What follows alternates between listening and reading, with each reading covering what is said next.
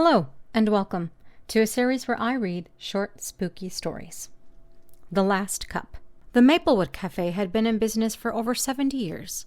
It sat on the corner of a quiet street, its faded red awning drooping slightly, the bell above the door rusted but still ringing with every new visitor. The place smelled of fresh coffee, cinnamon, and something else, something no one could quite place.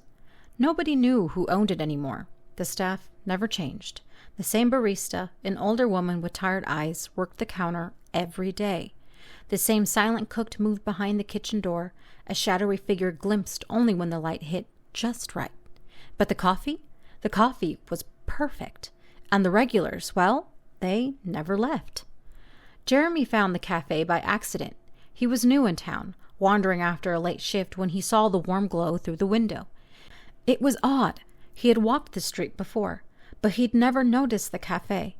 The inside was old-fashioned, almost untouched by time.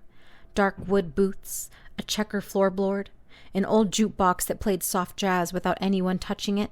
A handful of customers sat at their tables, all quiet, sipping their cups. None of them looked up. Jeremy ordered a black coffee. The barista smiled, thin, knowing. "First time here?" she asked. He nodded. She poured the coffee, smooth and dark, into a porcelain cup and slid it across the counter.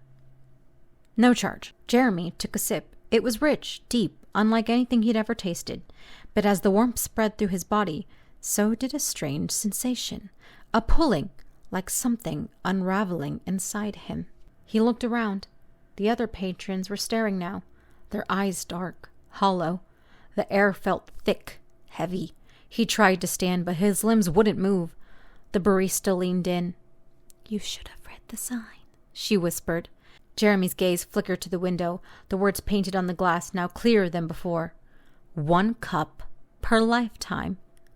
The last thing he saw was his reflection in the window, his face fading, his body turning to shadow. The other customers smiled, raising their cups in silent welcome. Outside, the neon open sign flickered, waiting for the next guest.